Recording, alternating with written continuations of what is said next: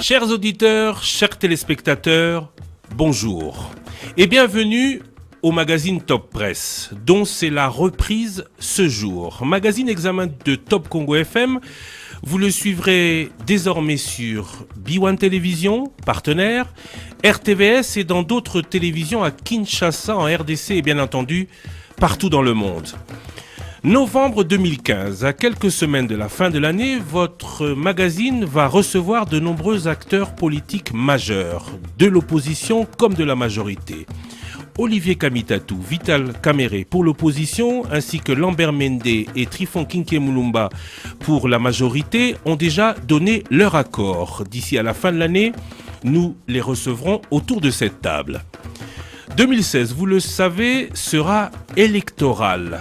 C'est ce que prévoit la Constitution, qui prévoyait aussi que 2015 le soit, ce qui n'a pas été le cas. Après consultation, on annonce pour imminente la convocation d'un dialogue.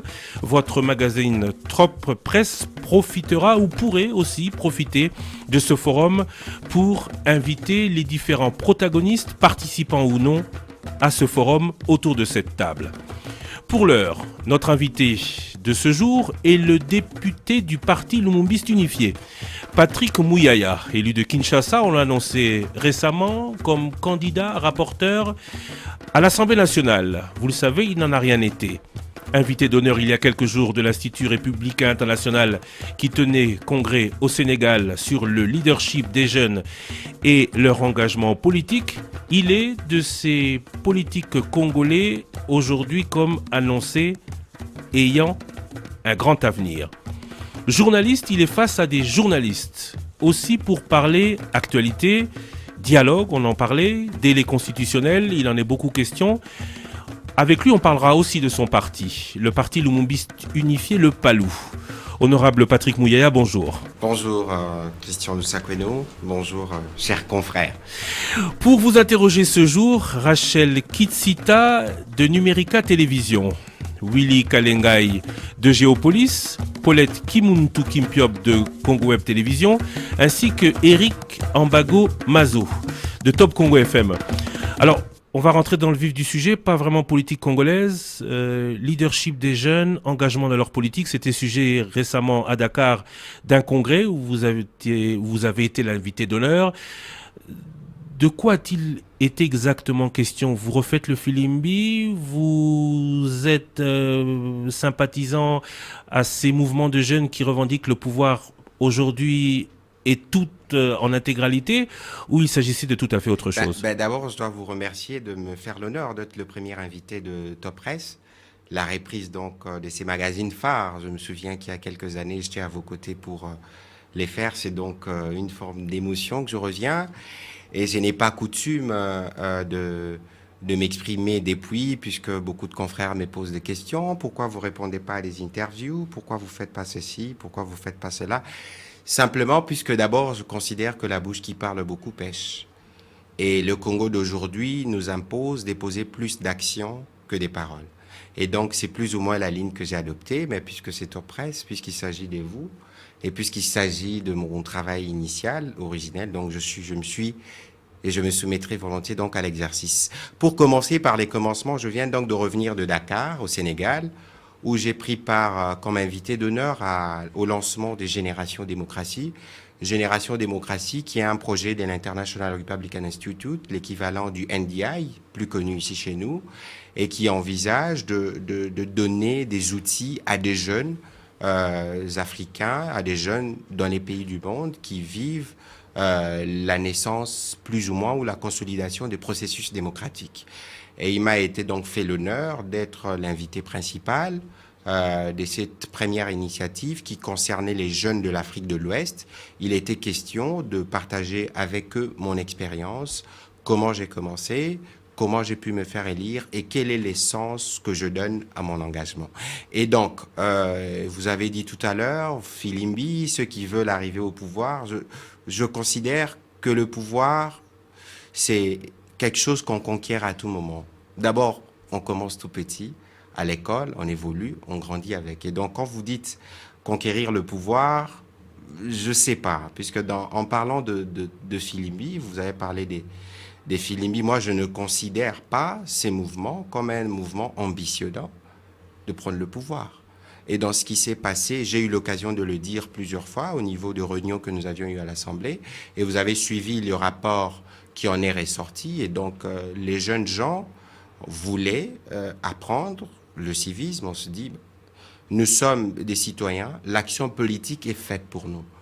Est-ce que nous disposons des outils, des contrôles sur nos hommes politiques? C'était l'idée des départs. Ils ont eu des invités spéciaux qui sont venus du Sénégal, qui sont venus du Burkina Faso et qui se sont illustrés dans des événements que nous connaissons. Je suis chef des services, ça m'interpelle. Mais après, l'exploitation qui a été faite, à mon avis, était une exploitation exagérée pour quelque chose qui était plutôt embryonnaire et qui méritait d'être encadré. De là, l'Assemblée nationale s'est saisie de la question, puisque l'affaire a pris des tournures. Il y a eu des débats, il y a eu des commissions qui ont travaillé à ces sujets et qui ont donné des conclusions. J'ai activement participé au débat, qui était à huis clos, donc je vous fais plus ou moins l'économie de nos délibérations, et les rapports est public. Et il a été convenu que le président de l'Assemblée nationale fasse une recommandation au gouvernement pour trouver une formule médiane pour relaxer ces jeunes. Puisqu'en réalité, dans le fond de la démarche, sauf si peut-être que je n'étais pas au courant ou que nous n'étions pas au courant de toutes les intentions, mais si ce n'est que pour apprendre aux gens comment poser la question aux députés, monsieur le député, nous n'avons pas de pourquoi. Monsieur le ministre, on n'a pas de courant pourquoi. Je n'y vois pas d'inconvénient. C'est de cette manière que nous avancerons dans la démocratie. Et donc, je considère que nous, les jeunes d'aujourd'hui, c'est pas que nous voulons absolument prendre le pouvoir tel que vous le pensez, mais nous sommes dans un processus d'apprentissage. Nous nous préparons, puisque le Congo, j'ai dit au Sénégal que l'avenir de l'Afrique, c'est les jeunes. Il y a une phrase plus tôt, je la réformule telle que je l'ai dite là-bas. On nous dit toujours que les jeunes, c'est l'avenir de demain. Moi, je considère que les jeunes, c'est pas l'avenir. Les jeunes, c'est les présents. Et donc, nous devons agir et bien agir dès maintenant au bénéfice de nos pays.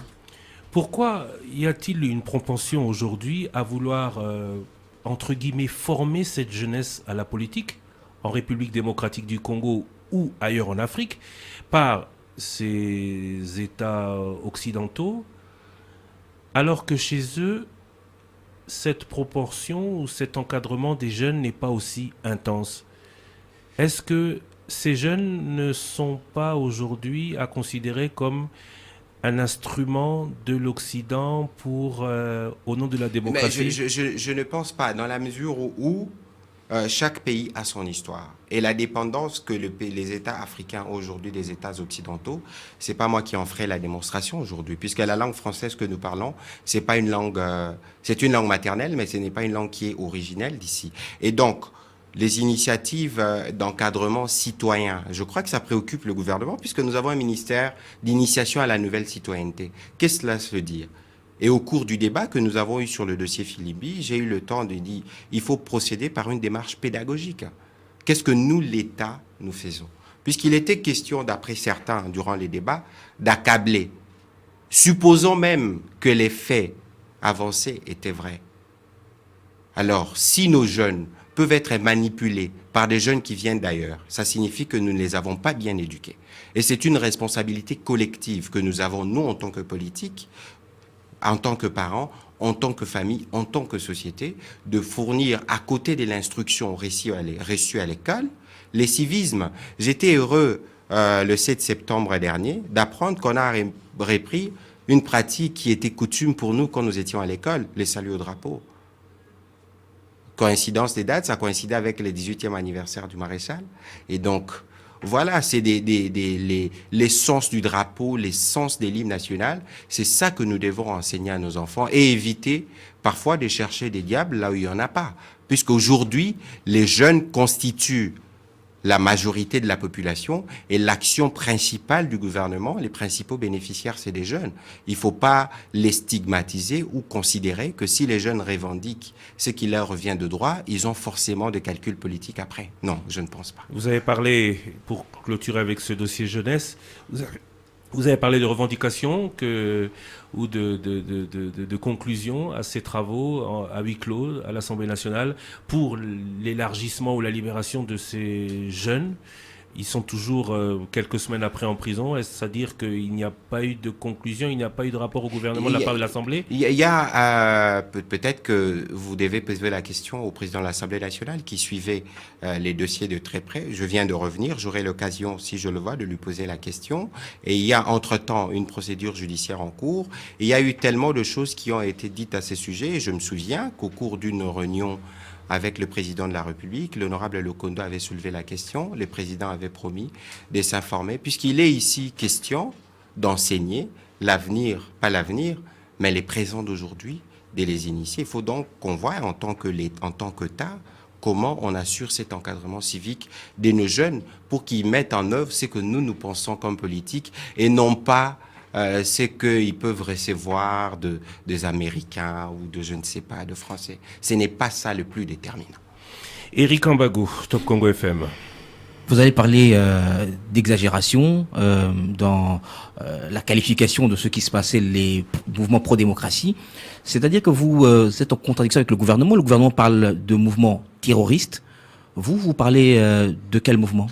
Écoutez, vous savez, ici, j'assiste à la création d'une république de rumeurs en grande partie. Les rumeurs, la radio-trottoir a pris beaucoup de place dans l'opinion. Peut-être puisque... C'est laissé emporter par les rumeurs. Je ne suis pas en train de parler encore du gouvernement, je plante les décors. Et donc, très souvent, c'est l'essence même de mon silence, puisque les débats politiques ici, c'est un débat qui est orienté sur des individus ou sur des événements. Nous ne faisons pas des vrais débats, des débats qui développent des débats des demain. Et donc, aujourd'hui, je crois que dans ce qui s'est passé, vous avez vu le rapport qui a été fait à l'Assemblée nationale. Puisque quand une information, l'actualité évolue, l'information que vous recevez à midi n'est peut-être pas celle qui peut arriver à 12h30. Les faits ont évolué. Je considère que pour cette question, les débats ont été faits à l'Assemblée nationale, des propositions ont été faites. Je crois qu'il faut aller dans cette direction. Paulette Kimuntu, Congo Web. Voilà, merci. Vous avez parlé de la jeunesse, c'est maintenant, c'est pas l'avenir, selon vous. Mais vous êtes jeune, vous voyez des milliers d'Africains qui meurent en Méditerranée à la recherche du bien-être, qui font n'importe quoi pour aller en Europe. Alors pour vous, Patrick Mouyaya, est-ce que le rêve congolais pour les Congolais existe? Est-ce que le Congolais, le jeune Congolais, peut-il croire en son propre pays aujourd'hui, en la République démocratique? Je crains de vous dire non. Je vous donne quelques chiffres, mais c'est pour ça que nous existons, justement pour être ceux qui doivent donner de l'espoir. Et ceux qui doivent donner les messages encourageants. Les signes du désespoir, c'est pas seulement le jeune au Congo, c'est partout ailleurs. C'est pour ça que vous remarquez que dimanche ou tout le week-end, tous les bars et toutes les églises sont pleines, cela peut se justifier. Et donc, aujourd'hui, en République démocratique du Congo, on dit que nous avons 70 millions d'habitants. Et que sur ces 70 millions d'habitants, 60%, c'est des jeunes. 60% de 70 millions, ça nous fait 42 millions. 42 millions, il y a aujourd'hui 13 millions d'élèves qui vont à l'école, du niveau primaire, de première primaire aux humanités. 13 millions. Vous pouvez vérifier les chiffres. Dans les universités, on a à peu près 600 000. Si vous faites l'addition, j'arrondis, je prends les plus grands chiffres, je dis 14 millions. Mais où sont les 28 millions? Où sont les autres 28 millions? Encore que je n'entre pas dans les débats de la qualité de l'enseignement qui leur est donné. Je n'entre pas dedans. Mais je regarde simplement les agrégats. C'est pour ça que moi, dans le cadre de mon action parlementaire, j'ai centré mes idées sur 3 objectifs principaux. D'abord, l'éducation. L'éducation, puisque c'est elle, finalement, qui vous permet de vous adapter à tout. Des 2, l'emploi des jeunes. Aujourd'hui, je crois que l'emploi, c'est pas forcément, et partout dans le monde, c'est pas simplement ceux qui ont eu comme vous la grâce, j'appelle ça grâce, d'aller à l'université. D'aller à l'université, après trouver de l'emploi et devenir utile à la société. Il est question ici pour nous de voir comment on encadre le grand nombre utilement. Et en 3e lieu, je parle de démographie. Je sais pas si vous avez le souvenir, l'année dernière, j'ai, au cours d'une question orale avec débat, avec le ministre du Plan, j'ai débattu, puisque les développements que nous appelons tous, l'émergence que nous attendons tous, se fait pour une communauté de personnes. Pour combien de Congolais on doit faire les développements? Connaissons-nous notre peuple? Puisqu'aujourd'hui, je termine par là, madame, quels que soient les efforts que nous faisons, si nous ne faisons pas attention à l'évolution démographique, tous les efforts sont annihilés. Et de ce point de vue, j'insiste, nos choix personnels conditionnent les destins collectifs. Et choisir, vous allez terminer, c'est important, choisir de faire un enfant relève d'un choix individuel. Et chez nous, fort malheureusement, lorsqu'on n'a pas d'emploi, lorsqu'on n'a pas de courant, lorsqu'on n'a pas d'eau, les constats, c'est que nous voulons faire des enfants. Et puisque nous n'avons pas encore tous collectivement créé un État qui soit en mesure de suppléer lorsque nous n'avons pas, nous créons du problème à la communauté. Et nous, les jeunes qui prendront ce pays demain, qui le dirigeront dans 15 ans, 20 ans, 30 ans, qu'est-ce que nous voulons avoir? Puisque l'avenir se prépare aujourd'hui. Ce que nous vivons aujourd'hui, c'est les reflets du passé. Voilà un peu, madame, vous pouvez continuer. Mais voilà. Aujourd'hui, Patrick Mouyaya fait rêver, qu'on le veuille ou pas, beaucoup de jeunes. Est-ce que pour réussir aujourd'hui, pour un jeune Congolais qui vous regarde, est-ce que c'est faire la politique active? Est-ce que vous orientez les jeunes à ne faire que la politique pour réussir? Non, parce qu'aujourd'hui, vous êtes un modèle pour beaucoup de jeunes. Pas du tout, madame. Encore qu'il faut regarder un peu les parcours que j'ai pu avoir. Tout jeune, moi, mon rêve était de devenir pilote. J'ai fait des études scientifiques, maths, physique, et j'ai réussi avec distinction. Et puis après, j'ai même commencé, j'ai pas pu aller à l'ISTA, puisque par mon tempérament, on dit non, l'ISTA, c'est chaud, il faut pas. J'ai commencé en architecture, fort malheureusement, j'ai pas pu continuer, puisque j'avais simplement pas de ressources. Ça veut dire que quand vous faites des études techniques, vous devez être prêt à temps. Et donc, quand j'avais les ressources, j'étais parfois en retard sur des frais. Et je me suis dit, bon, j'ai dit merci à mes parents, puisque vous connaissez que dans les familles africaines, vous n'êtes pas les seuls, vous avez des aînés avant vous. Je me suis dit, bon, voilà, je vais essayer de faire autre chose. Heureusement que dans ma jeunesse, j'étais très amoureux de la culture générale. J'ai fait les génies en herbe. Et c'est ce qui m'a permis d'avoir des outils. Et en accompagnant un ami qui commençait les journalismes à la radio-télé Kintwadi, je tenais la caméra, et puis jusqu'à ce que j'ai tenu les micros après. Et donc, vous voyez que c'était un parcours de combattant. Je suis allé, j'ai pas été très bon étudiant, comme j'aurais pu l'être, ou devenir professeur d'université, puisque simplement, au moment où j'étudiais, je faisais un emploi. Ce n'était pas les types d'emplois compatibles pour étudiants, mais c'était un emploi qui m'absorbait beaucoup. Donc, on a dû endurer des sacrifices pour en arriver là où nous sommes, et encore que là, nous ne sommes même pas encore arrivés, puisque le chemin reste très long. Rachel Kitsita, Numérica TV. Alors, Patrick Mouyaya, vous refusez d'entrer dans le débat sur la qualité de l'enseignement en République démocratique du Congo. Mais la constitution d'un leadership de la jeunesse va de pair avec la formation. Or, en République démocratique du Congo, la formation laisse à désirer. Je veux dire l'éducation. Autorité budgétaire, vous êtes député national. Quel est le quota qui doit être réservé à l'éducation en République démocratique du Congo? D'abord, quand j'ai dit que je n'entrais pas dans les débats, c'était puisque j'ai présenté d'abord les grands agrégats, les chiffres. Puisqu'aujourd'hui, moi, je suis convaincu, par exemple, que l'enseignement qu'on donne au niveau universitaire n'est pas adapté. Aujourd'hui, nous évoluons tous au rythme de nouvelles technologies de l'information et de la communication. Sur les 600 000 étudiants que nous avons en RDC, combien disposent de l'outil informatique et combien l'utilisent à bon escient? Faites un petit tour dans les banques, dans les sociétés des télécoms, et bientôt il y aura une libéralisation du secteur des assurances. Vous verrez que pour les métiers des demain qui se focalisent sur l'ordinateur, nous n'avons pas beaucoup de compétition. Et c'est pour compenser justement ces manquements que l'année dernière, j'ai organisé avec une équipe de jeunes Congolais les premiers Startup Weekend Kinshasa. Par Startup Weekend, on entend un week-end où vous faites venir deux jeunes qui ont des idées, puisque le changement commence par une idée, on repère un problème et on propose une solution. Est-ce que le budget de l'État tient compte du système éducatif, budget conséquent? De toute façon, moi, je ne pense pas que c'est sur ces budgets-là que nous devons tous nous concentrer.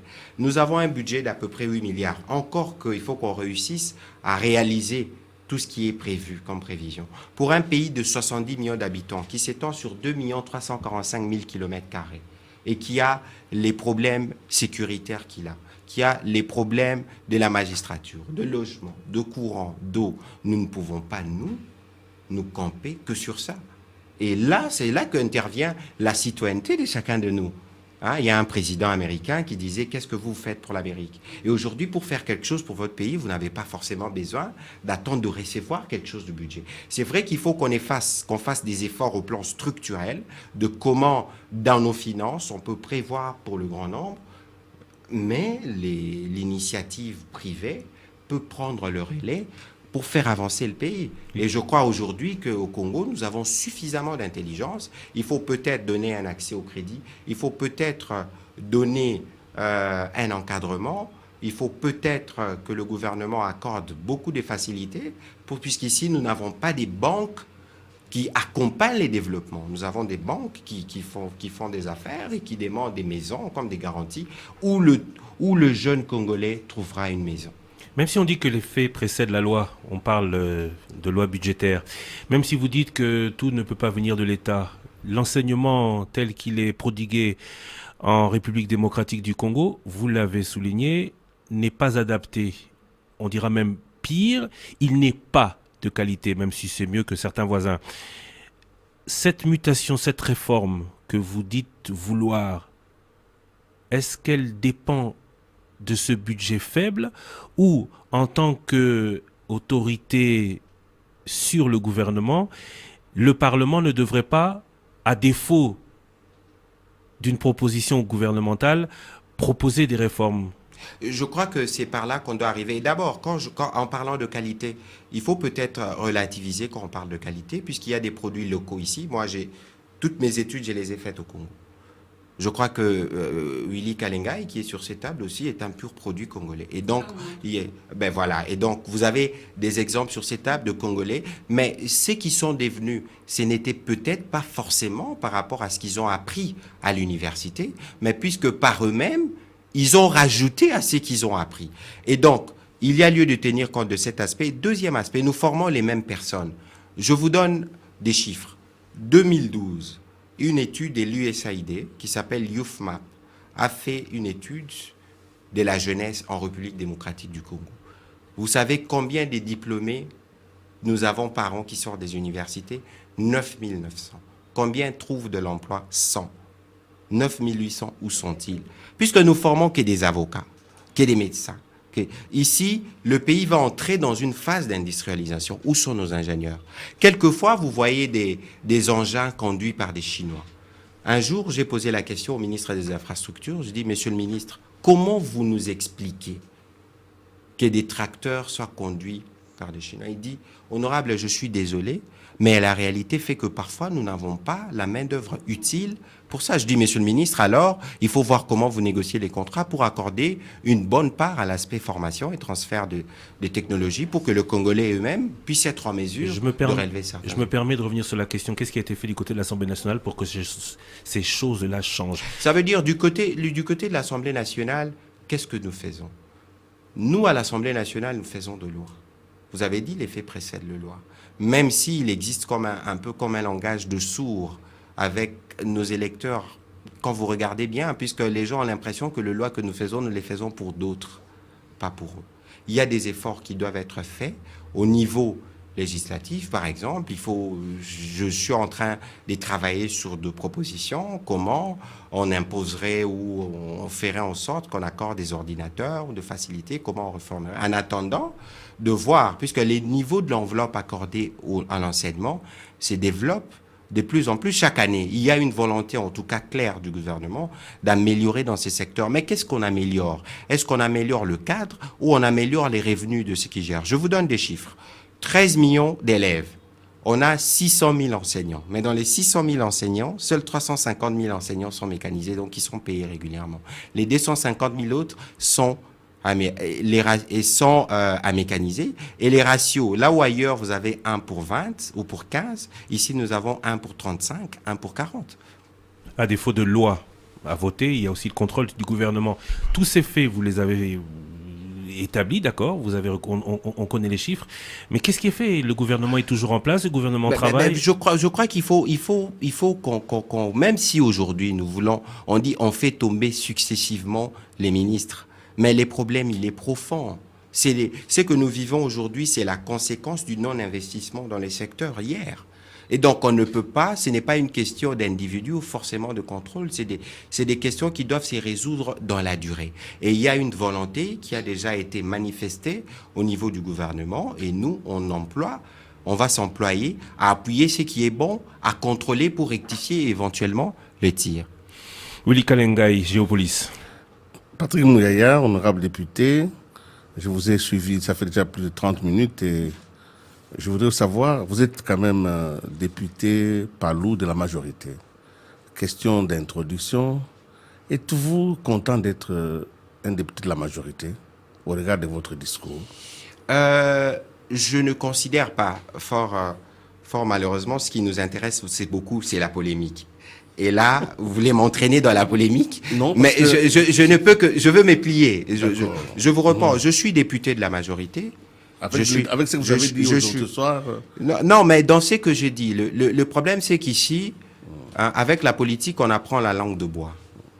Le problème c'est que moi, je ne peux pas me soumettre à un exercice comme celui-ci sans dire les choses telles qu'elles sont. Je ne pense pas que dans ce que j'ai dit, j'ai ciblé une quelconque famille politique en présentant les réalités telles qu'elles sont. Les chiffres que je vous ai donnés tout à l'heure, c'est réel.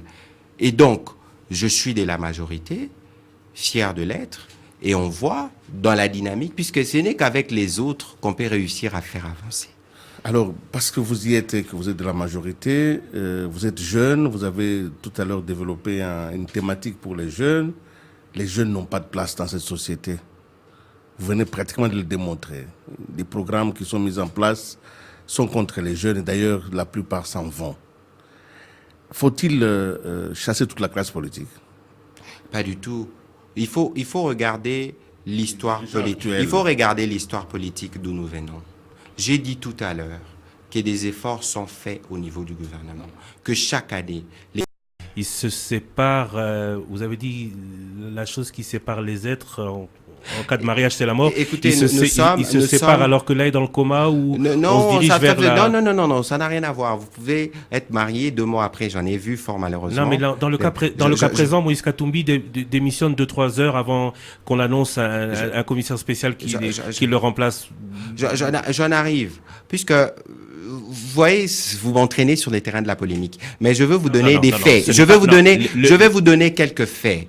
Ok? Les gouverneurs, les sénateurs ou les députés provinciaux, la plupart, leur mandat court depuis janvier 2007. Certains sont là jusqu'à aujourd'hui. S'ils étaient aussi démocrates qu'ils ne peuvent le prétendre, ils auraient dû démissionner à l'échéance de leur mandat. Peut-être puisque l'organisation des élections ne dépendait pas d'eux. Et donc, on avance et puis, à une année des élections, puisqu'on estime, à raison d'ailleurs, qu'on a un agenda différent, on estime qu'on doit se retirer. C'est des bonnes guerres. En quoi ces polémiques, ce sont des faits? Juste avant la mort d'un des conjoints? Non, ça veut dire qu'il n'est pas question de mort ici. Je ne vois pas le conjoint qui veut mourir. Non, pas du tout. Il est simplement question... j'ai peut-être rencontré un ex de l'époque qui m'a promis monts et merveilles. Et puisque j'ai la routine, ou peut-être que je pense avoir pris les meilleurs de l'autre, pourquoi pas tenter ailleurs? Quand je disais mort, entendons-le bien, on parlait de mort politique annoncée par certains. Parlons Palou, votre parti, même si vous ne vous exprimez pas ici en tant que représentant du Palou. En parlant des jeunes, les jeunes ne sont pas très représentés dans votre parti. Je suis un élu jeune. C'est la preuve du contraire de ce que vous alléguez. Et je ne suis pas les seuls. Et peut-être que demain, je convierai Top Congo à une cérémonie, à une manifestation prévue par les jeunes du parti Lumumbiste Unifié et vous aurez la preuve. C'est le Palou qui vous a permis d'être élu, mais ce n'est pas le Palou qui vous a désigné. Quand on parle de désignation, on ne parle pas forcément jeune au Palou. Ça dépend, puisque vous savez d'abord, c'est une fierté d'appartenir au Palou, qui est un parti politique dont l'histoire se confond à l'histoire de la République démocratique du Congo. On enterre régulièrement nos militants, puisqu'ils grandissent, ils ont vieilli, ils étaient jeunes comme nous par les passés, ils sont là.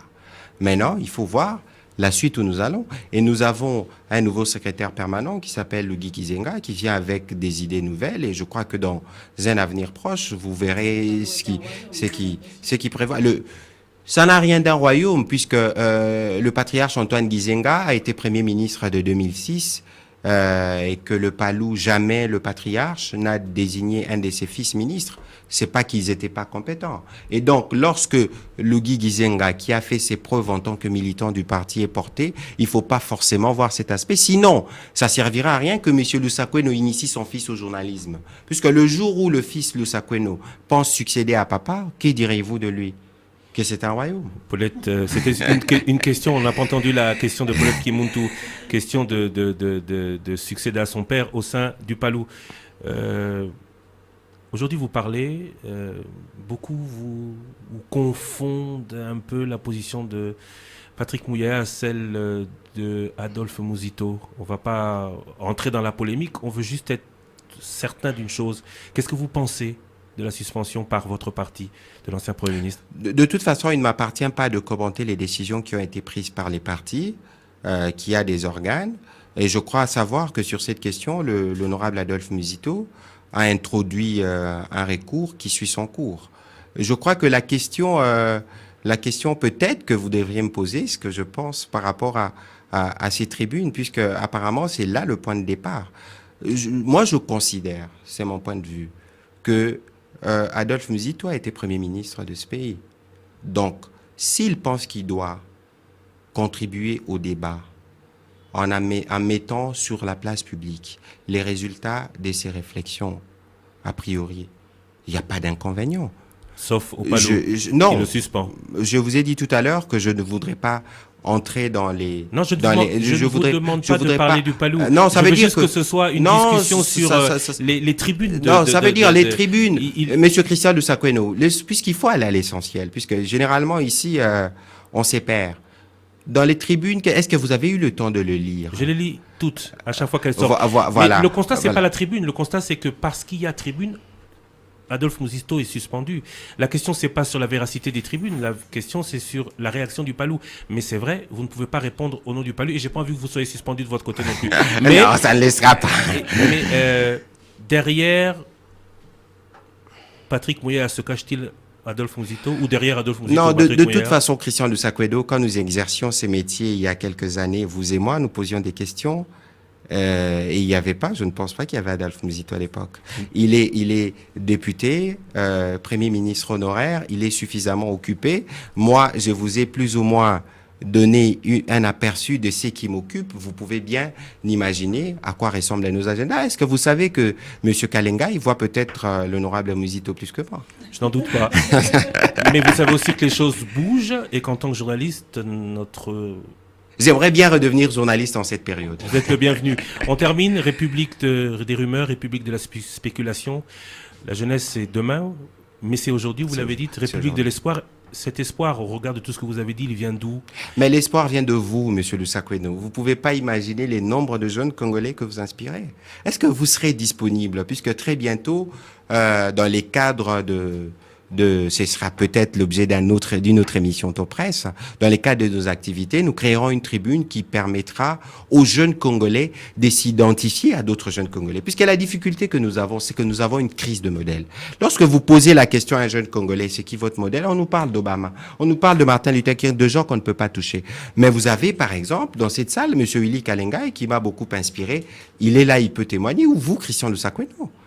Et si moi j'ai réussi à être bon journaliste, vous savez pas, c'est peut-être puisque je vous suivais matin et soir. Merci pour la. Et donc, merci pour la remarque. J'espère vraiment l'avoir mérité. Opposition face à majorité. Ma toute dernière question. Et si ni opposition ni majorité se retrouvaient à l'issue de tout ça, si le troisième homme c'était la jeunesse, la République serait-elle en danger de voir cette jeunesse que l'on manipule aussi? Qui manipule les jeunes? Non, qu'on manipule aussi par l'opposition ou par la majorité ou par un autre. Cette jeunesse manipulée, sans repère, vous l'avez dit, a accédé au pouvoir, un peu comme en 1960, c'est pas que je le regrette, mais beaucoup disent depuis que la RDC ou le Congo était trop jeune pour l'indépendance. Ben, je n'entre pas dans les débats des pères fondateurs. De toute évidence, il fallait qu'on s'affranchisse. On s'est affranchi dans les circonstances dans lesquelles nous étions. Il nous appartient à nous, qui avons hérité du pays, de faire de notre mieux pour que notre pays devienne les plus puissants. Et je crois que c'est le rêve que j'ai, et c'est les rêves que nous avons tous en tant que Congolais. Il faut savoir le partager, il faut savoir se structurer pour avancer. Et que les jeunes, s'ils veulent le pouvoir, il y a deux modes d'accès au pouvoir. Soit une élection, soit que vous faites nommer. Et pour être nommé, il faut militer dans les partis politiques. Il faut vous engager, puisque ce n'est qu'à travers les élections qu'on fait passer sa voix. Ce n'est que il me faut vraiment mentionner ce que je viens de dire, puisqu'avec les jeunes de l'Afrique de l'Ouest, on en est arrivé là. Quels sont les obstacles? Quels sont les obstacles à l'émergence des jeunes en politique? Les obstacles, d'abord, peut-être puisqu'on n'est pas suffisamment civiquement préparé. Des deux, il existe un certain manque de solidarité entre nous les jeunes. Ah, mais pourquoi c'est Mouyaya? S'il passe là-bas, non, on le suivra que lui. Pourquoi c'est lui? Manque de solidarité. Et puis, manque des dialogues intergénérationnels. Puisque quand moi je suis arrivé dans cette profession pour être coopté par des vieux baobas comme vous, il fallait bien que je fasse preuve d'assurance, que je vous rassure que non, ce jeune homme-là, il vient pas pour nous balancer, mais il vient pour que nous puissions avec lui voir comment on l'intègre dans les métiers. Peut-être qu'il prendra le relais plus tard. C'est peut-être nous les jeunes qui sommes trop pressés. Il faut peut-être avec un peu de patience qu'on rassure les vieux qui sont là, puisque la construction du pays, c'est une course à relais. Les vieux ont couru un temps, ils nous cèdent les bâtons et puis nous continuons. Ce n'est que de cette manière que nous ferons avancer le Congo. Honorable Patrick Moya, merci beaucoup. Merci à l'équipe qui a permis à l'enregistrement de cette émission, à la radio, mais aussi à la télévision. Menga Lusala, Didi Binsika, Amina Mouchegera et Patricia Zenga. Prochain rendez-vous avec le Top Press sera la semaine prochaine. Nous recevrons le président de l'UNC, Vital Kamere. L'actualité continue sur le www.topcongo.be. Le Top Press avec Christian Loussakweno.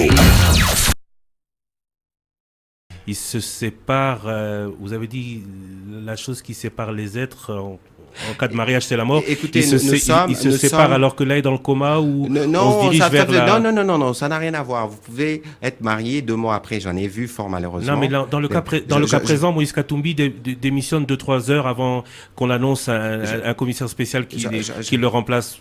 J'en arrive, puisque... Vous voyez, vous m'entraînez sur les terrains de la polémique. Mais je veux vous donner des faits. Je vais vous donner quelques faits. OK? Les gouverneurs, les sénateurs ou les députés provinciaux, la plupart, leur mandat court depuis janvier 2007. Certains sont là jusqu'à aujourd'hui. S'ils étaient aussi démocrates qu'ils ne peuvent le prétendre, ils auraient dû démissionner à l'échéance de leur mandat. Peut-être puisque l'organisation des élections ne dépendait pas d'eux. Et donc, on avance et puis, à une année des élections, puisqu'on estime, à raison d'ailleurs, qu'on a un agenda différent, on estime qu'on doit se retirer. C'est des bonnes guerres. En quoi ces polémiques, ce sont des faits? Juste avant la mort d'un des conjoints? Non, ça veut dire qu'il n'est pas question de mort ici. Je ne vois pas le conjoint qui veut mourir, non, pas du tout. Il est simplement question, j'ai peut-être rencontré un ex de l'époque qui m'a promis monts et merveilles, et puisque j'ai la routine, ou peut-être je pense avoir pris les meilleurs de l'autre, pourquoi pas tenter ailleurs? Quand je disais mort, entendons-le bien, on parlait de mort politique annoncée par certains. Parlons Palou, votre parti, même si vous ne vous exprimez pas ici en tant que représentant du Palou.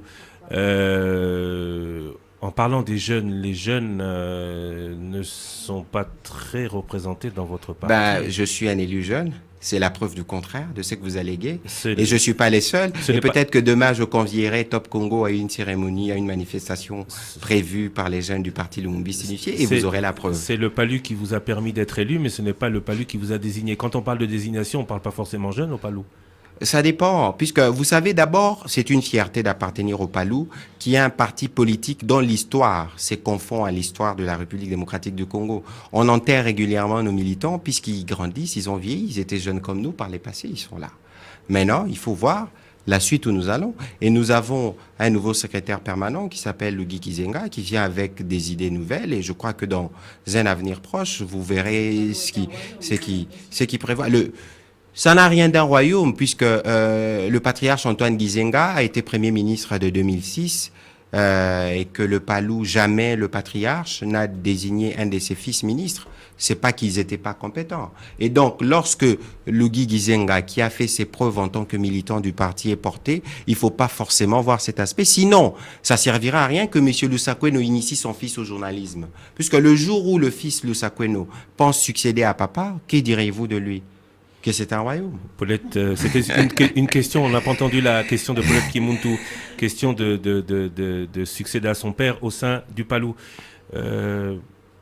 Aujourd'hui, vous parlez, beaucoup vous confondent un peu la position de Patrick Mouya à celle de Adolphe Mouzito. On ne va pas entrer dans la polémique, on veut juste être certain d'une chose. Qu'est-ce que vous pensez de la suspension par votre parti de l'ancien Premier ministre? De toute façon, il ne m'appartient pas de commenter les décisions qui ont été prises par les partis, qui a des organes.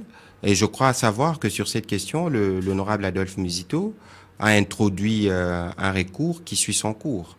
Je crois que la question peut-être que vous devriez me poser, ce que je pense par rapport à ces tribunes, puisque apparemment c'est là le point de départ. Moi, je considère, c'est mon point de vue, que Adolphe Mouzito a été Premier ministre de ce pays.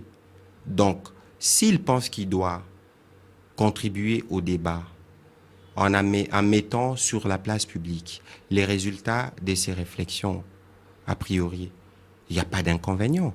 Sauf au Palou, non, qui le suspend. Je vous ai dit tout à l'heure que je ne voudrais pas entrer dans les... Non, je ne vous demande pas de parler du Palou. Non, ça veut dire que ce soit une discussion sur les tribunes. Non, ça veut dire les tribunes. Monsieur Christian Lusakweno, puisqu'il faut aller à l'essentiel, puisque généralement ici, on s'épère. Dans les tribunes, est-ce que vous avez eu le temps de le lire? Je les lis toutes, à chaque fois qu'elles sortent. Voilà. Mais le constat, c'est pas la tribune. Le constat, c'est que parce qu'il y a tribune, Adolphe Mouzito est suspendu. La question, c'est pas sur la véracité des tribunes. La question, c'est sur la réaction du Palou. Mais c'est vrai, vous ne pouvez pas répondre au nom du Palou. Et j'ai pas envie que vous soyez suspendu de votre côté non plus. Mais non, ça ne laissera pas. Mais derrière Patrick Mouya, se cache-t-il Adolphe Mouzito ou derrière Adolphe Mouzito? Non, de toute façon, Christian Lusakweno, quand nous exercions ces métiers il y a quelques années, vous et moi, nous posions des questions. Et il n'y avait pas, je ne pense pas qu'il y avait Adolphe Mouzito à l'époque. Il est député, Premier ministre honoraire, il est suffisamment occupé. Moi, je vous ai plus ou moins donné un aperçu de ce qui m'occupe. Vous pouvez bien imaginer à quoi ressemblent nos agendas. Est-ce que vous savez que M. Kalenga, il voit peut-être l'honorable Mouzito plus que moi? Je n'en doute pas. Mais vous savez aussi que les choses bougent et qu'en tant que journaliste, J'aimerais bien redevenir journaliste en cette période. Vous êtes le bienvenu. On termine. République des rumeurs, République de la spéculation. La jeunesse, c'est demain, mais c'est aujourd'hui, vous l'avez dit, République de l'espoir. Cet espoir, au regard de tout ce que vous avez dit, il vient d'où? Mais l'espoir vient de vous, Monsieur Lusakweno. Vous ne pouvez pas imaginer les nombres de jeunes Congolais que vous inspirez. Est-ce que vous serez disponible, puisque très bientôt, dans les cadres ce sera peut-être l'objet d'une autre émission Top Presse. Dans les cadres de nos activités, nous créerons une tribune qui permettra aux jeunes Congolais de s'identifier à d'autres jeunes Congolais. Puisque la difficulté que nous avons, c'est que nous avons une crise de modèle. Lorsque vous posez la question à un jeune Congolais, c'est qui votre modèle? On nous parle d'Obama. On nous parle de Martin Luther King, de gens qu'on ne peut pas toucher. Mais vous avez, par exemple, dans cette salle, Monsieur Willy Kalenga, qui m'a beaucoup inspiré. Il est là, il peut témoigner. Ou vous, Christian Lusakweno. Et si moi j'ai réussi à être bon journaliste, vous savez pas, c'est peut-être puisque je vous suivais matin et soir. Merci pour la. Et donc, merci pour la remarque. J'espère vraiment l'avoir mérité. Opposition face à majorité. Ma toute dernière question. Et si ni opposition ni majorité se retrouvaient à l'issue de tout ça, si le troisième homme c'était la jeunesse, la République serait-elle en danger de voir cette jeunesse que l'on manipule aussi? Qui manipule les jeunes? Non, qu'on manipule aussi par l'opposition ou par la majorité ou par un autre. Cette jeunesse manipulée, sans repère, vous l'avez dit, a accédé au pouvoir, un peu comme en 1960, c'est pas que je le regrette, mais beaucoup disent depuis que la RDC ou le Congo était trop jeune pour l'indépendance. Je n'entre pas dans les débats des pères fondateurs. De toute évidence, il fallait qu'on s'affranchisse. On s'est affranchi dans les circonstances dans lesquelles nous étions. Il nous appartient à nous, qui avons hérité du pays, de faire de notre mieux pour que notre pays devienne les plus puissants. Et je crois que c'est le rêve que j'ai, et c'est les rêves que nous avons tous en tant que Congolais. Il faut savoir le partager, il faut savoir se structurer pour avancer. Et que le jeune, s'ils veulent le pouvoir, il y a 2 modes d'accès au pouvoir. Soit une élection, soit que vous faites nommer. Et pour être nommé, il faut militer dans les partis politiques. Il faut vous engager, puisque ce n'est qu'à travers les élections qu'on fait passer sa voix. Ce n'est que il me faut vraiment mentionner ce que je viens de dire, puisqu'avec les jeunes de l'Afrique de l'Ouest, on en est arrivé là. Quels sont les obstacles? Quels sont les obstacles à l'émergence des jeunes en politique? Les obstacles, d'abord, peut-être puisqu'on n'est pas suffisamment civiquement préparé. Des deux, il existe un manque de solidarité entre nous les jeunes. Ah, mais pourquoi c'est Mouyaya? S'il passe là-bas, non, on le suivra que lui. Pourquoi c'est lui? Manque de solidarité. Et puis, manque des dialogues intergénérationnels. Puisque quand moi je suis arrivé dans cette profession pour être coopté par des vieux baobas comme vous, il fallait bien que je fasse preuve d'assurance, que je vous rassure que non, ce jeune homme-là, il vient pas pour nous balancer, mais il vient pour que nous puissions avec lui voir comment on l'intègre dans les métiers. Peut-être qu'il prendra le relais plus tard. C'est peut-être nous les jeunes qui sommes trop pressés. Il faut peut-être, avec un peu de patience, qu'on rassure les vieux qui sont là, puisque la construction du pays, c'est une course à relais. Les vieux ont couru un temps, ils nous cèdent les bâtons, et puis nous continuons. Ce n'est que de cette manière que nous ferons avancer le Congo. Honorable Patrick Moya, merci beaucoup. Merci à l'équipe qui a permis l'enregistrement de cette émission à la radio, mais aussi à la télévision. Menga Lusala, Didi Binsika, Amina Mouchegera et Patricia Zenga. Prochain rendez-vous avec le Top Press sera la semaine prochaine. Nous recevrons le président de l'UNC, Vital Kamerhe. L'actualité continue sur le www.topcongo.be. Le Top Press avec Christian Loussakweno.